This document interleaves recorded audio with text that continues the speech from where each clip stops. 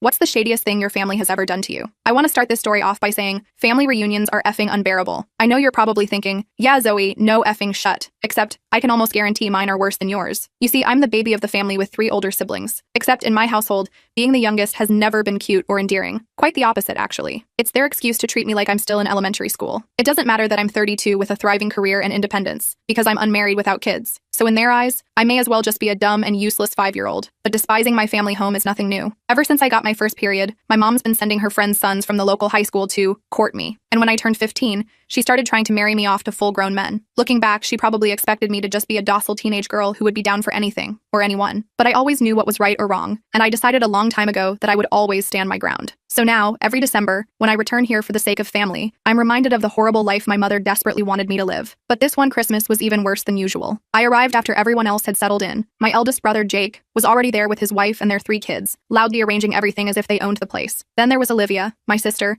with her husband and their toddler. Designer clothing, expensive jewelry, very picture perfect. As usual, I entered quietly, hoping to avoid the inevitable drama. When my mother spotted me, her face transformed into that practiced smile that always made me feel like an unwelcome obligation rather than a daughter. "Zoe, honey," she said, giving me one of those stiff hugs that feels more like a social requirement than affection. "So glad you made it. Is anyone joining you?" I shook my head. She pinched the bridge of her nose and sighed. Before we could continue, my father called from the dining room, his voice carrying that authoritative tone he uses when reminding everyone who's supposedly in charge. "Food's almost ready. Jake, Olivia, get the little one settled, would you?" I stood awkwardly for a moment, unsure what to do with myself. I wanted to speak up, but it was the holidays. I wasn't ready to cause a scene yet. "Zoe, you should probably take a seat at the kids' table. In fact, we've already saved you a special spot there with the little ones." I literally froze in place. Was she serious? I glanced over at the main dining table. There at the head sat my father, looking smugly content, surrounded by my married and therefore superior siblings. No room had been made for me. I felt that familiar ache, the one that surfaces whenever they make it clear I don't measure up in their eyes. This wasn't just some passing comment or sideways glance. This was deliberate exclusion. I forced a smile that didn't reach my eyes. "Sure, Mom. Thanks," I managed, keeping my voice steady. She smiled back, but there was something in her expression that revealed she either didn't notice or didn't care about my feelings. This was all about maintaining appearances,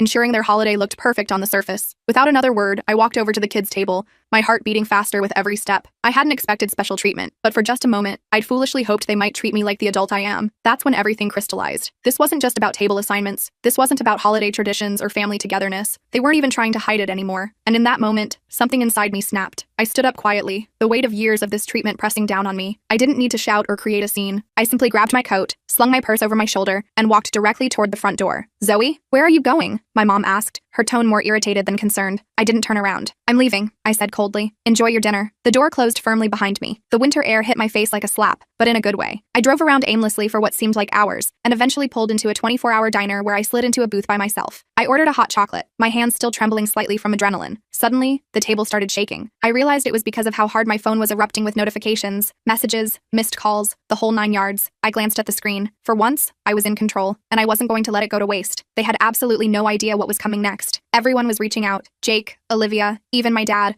all calling and texting frantically. But the one that caught my attention was from my mother. "Where are you? We need to talk." "This isn't funny, Zoe." I felt a sardonic smile form on my lips, the kind that had been building all evening. I wasn't about to respond, though. Not yet. I set my phone face down and sipped my drink, watching the steam curl upward. What would my next move be? That was the question. And believe me, they weren't going to like the answer. I sat in that diner for what felt like forever, my phone buzzing incessantly. The messages grew increasingly desperate, each trying to manipulate me back into their game. Jake messaged first. "Zoe, this isn't cute. Where the hell are you?" Followed by Olivia. "Mom is freaking out. Please just come back." Then my father. "Stop acting childish. Get back here now." I didn't respond to any of them. I didn't owe them explanations. They'd made their choice when they treated me like some second-tier family member at their precious holiday dinner. All I wanted was basic respect as an adult, but instead, they'd decided I belonged with the kindergartners. After about an hour, I finally picked up my phone again to scan through the messages. The tone was shifting, like they were starting to realize I wasn't going to just cave in this time. Then, my mother's text appeared, making my stomach clench. "Zoe, I don't understand why you're making such a scene. Your siblings are worried, and you're ruining Christmas for everyone. Stop making everything about you. You're being selfish." I stared at those words, feeling another wave of anger rise. Selfish? They were the selfish ones. The entire evening had been about their image, their expectations. I had been nothing but a prop in their perfect family fantasy, yet somehow I was the problem. I honestly didn't know whether to laugh or scream. Instead, I just hit the block button on her number. I wasn't going to let her guilt me into submission. Not this time. I took a deep breath, centering myself. This wasn't just an impulsive reaction. I had a plan forming. Every single one of them had wronged me. And tonight, I was going to make damn sure they understood exactly how badly they'd screwed up. Later that evening, after finishing my meal and feeling the adrenaline subside slightly, I decided it was time. I opened our family group group chat, where they typically complained about everything under the sun. There were already dozens of messages about me. This is ridiculous. She's acting like a toddler. What's the big deal? We didn't mean anything by it. She's just being dramatic as usual. I scrolled through them, my fingers itching to respond. I could have just ignored it all, but that would have been too easy. No, I needed them to feel it. I needed them to understand that their treatment had consequences. I began typing, slowly at first, then picking up speed. This wasn't just about tonight. This was about years of the same treatment. None of you get it, do you? This isn't just about where I sit at dinner. It's about how you've treated me my entire life. Like I'm somehow less worthy. Like I'm invisible unless you need something from me. I'm the only one who doesn't get praised for following your approved life script. Marriage, kids, suburbia. I've built my own life on my own terms, and I'm doing just fine. Maybe it's time you all recognize that. I paused before hitting send, feeling the weight of my words. For the first time in forever, I felt in control of the situation. I wasn't begging for their approval anymore. I wasn't going to be their perpetual disappointment. I pressed send. Almost instantly, responses flooded in. My phone pinged repeatedly, each message more frantic than the last. My father first. Zoe, this is absurd. You're being melodramatic. Get over yourself. Olivia quickly followed. You can't just storm out like that and not expect people to worry. What were you thinking? Jake chimed in. We didn't do anything wrong, Zoe. You need to calm down and come back before this ruins the holiday for everyone. Each message hit like a punch. They still didn't get it. They were still trying to make this my fault, still making me responsible for their disrespectful behavior. I didn't respond. Instead, I did something I'd been contemplating for a while. I opened my photos and scrolled back. There it was, an old family picture from years ago, right before everything really started falling apart. A perfect holiday portrait with everyone smiling brightly. Everyone except me, that is. I was there, of course, shoved into the frame like an afterthought, but I knew the truth behind those smiles. I knew what had been said before and after that photo was taken. Without hesitation,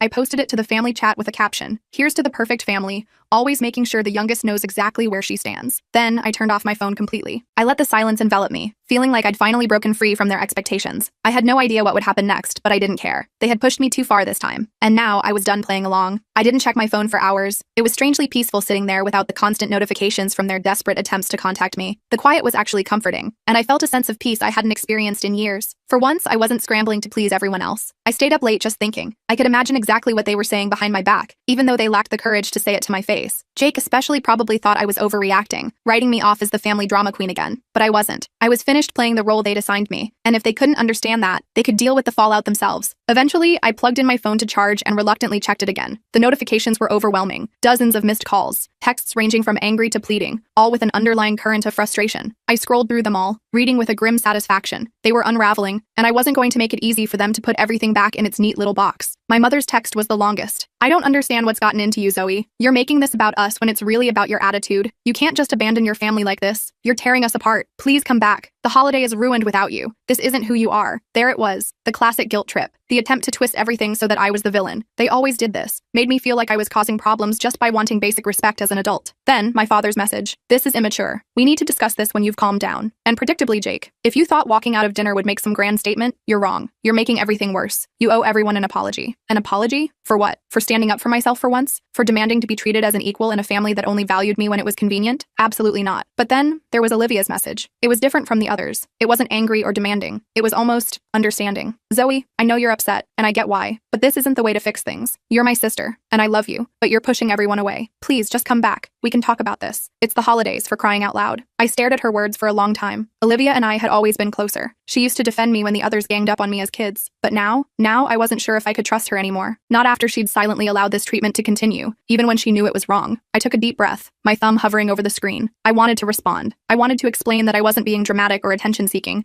that I was standing up for myself, that I was exhausted from being treated like the eternal child in our family. But I didn't. Not yet. Instead, I typed a brief reply. I'll think about it. I sent it and set my phone down, feeling a twinge of guilt, but I pushed it aside. I knew I couldn't return to that table without a fundamental change in how they viewed me, and I wasn't about to let them brush this under the rug like it was nothing. The next morning, I woke up to even more messages. Some were from family friends, asking where I was. They seemed genuinely concerned, but I didn't feel like explaining myself to anyone who wasn't directly part of the problem. And of course, there was another barrage of calls from my mother, but one message stood out. It was from Olivia again. Zoe, I've been talking with Jake and Mom. They're really upset, and honestly, so am I. We're family. You can't just cut yourself off like this. If you don't come home soon, things are going to get worse. Please don't make this more complicated than it needs to be. More pressure, more manipulation, and still zero understanding of my perspective. They weren't hearing me. They weren't listening. I knew exactly what they were doing, what they always did. They were trying to guilt me into coming back, trying to make me feel like I was the source of all the problems, when in reality, it was their persistent refusal to see me as anything more than the baby of the family that had created this situation. I picked up my phone, opened the group chat, and stared at the screen. My My fingers hovered over the keyboard as I considered what to say. I wanted to take my stand, to make them understand precisely why I was done with their treatment. But truthfully, I wasn't sure I was ready to go back yet. Not until I was certain something had changed, until I was confident they saw me for who I actually am. Then my phone buzzed again. This time, it was from my father. "Zoe, we need to talk. You can't keep running away. You're going to regret this." It hit me like a punch to the gut. The same words, the same manipulative guilt trip. I could feel the tension building inside me, like walls closing in, but I didn't respond. Not yet. The day crawled by, and with each hour, I felt the pressure of their texts, their calls, their attempts to pull me back into their orbit. But no matter how many times my phone buzzed, I maintained my distance. I had made my choice, and I wasn't going to let them bully me back into the role they'd assigned me. As evening approached, I found myself sitting alone, staring at the empty chair across from me, imagining where I would have been if I'd gone back. Part of me, an old, conditioned part, wanted to give in, to return and make peace. It was the holidays, after all, supposedly a time for family and togetherness. But I couldn't shake the feeling that if I went back now, it would be like admitting I wasn't worth fighting for. That all those years of being sidelined were acceptable. That they were right, and I was just being overly sensitive. I thought about the photo I'd shared in the group chat, the one where I was forced into a smile, positioned at the edge like an afterthought. That picture had communicated everything I needed to say. I wasn't just upset about tonight. I was upset about every year they'd treated me this way. Every birthday, every holiday, every family gathering where I was relegated to the background, never given equal footing. They thought I'd eventually cave and accept it, like I always had before, but not this time. Then my phone rang again. It was my mother. I hesitated, my finger hovering over the decline button, but something inside told me to answer. Maybe I was finally ready to hear what she had to say, or maybe I was just curious to see how far they would go to make me feel guilty. I took a deep breath and answered. "Zoe," my mother's voice came through, sounding exhausted and frustrated. "We need to talk. This has gone on long enough." I remained silent, letting her words hang in the air. She waited for me to respond, but I said nothing. "Look," she continued, "we're family. You're making this more complicated than it needs to be. I don't know what's gotten into you, but you're pushing everyone away. Your father is upset. Jake is upset. Olivia's..." She paused, clearly choosing her words. "I'm upset, Zoe." I nearly laughed out loud. They were upset? After everything they'd put me through? They had the audacity to claim they were the injured parties? I could feel my old anger rising, but I swallowed it down, not wanting to let her see how much she still affected me. "I'm not pushing anyone away, Mom," I said, my voice calm but firm. "I'm just not playing along anymore. I'm not going to sit at the kids' table, be treated like I'm invisible, and pretend everything's fine." She was quiet for a moment. I could almost hear her processing my words, trying to figure out how to redirect the conversation back into a guilt trip. "You can't just walk out on family like this. Your father worked hard to make the holiday special. Everyone is here. It's not just about you." "No, it's about how you see me," I replied. "It's about how I've spent my entire life trying to fit into the box you all created for me. But none of you ever really saw me, did you? You didn't want me as an adult, Mom. You wanted me to stay your little girl forever. And tonight was the final straw." She was silent again, and I could tell my words were finally registering. For the first time, she was actually hearing what I was saying. It wasn't just about seating arrangements. It was about how I'd been treated my entire life. "I'm sorry, Zoe," she said finally, but her voice was uncertain, hesitant. "I didn't realize you felt that way." "Yeah, well, it took me a long time to recognize it too," I replied, my voice softening slightly. "But I'm done pretending." There was a long pause, and I could feel the tension even over the phone. For the first time in forever,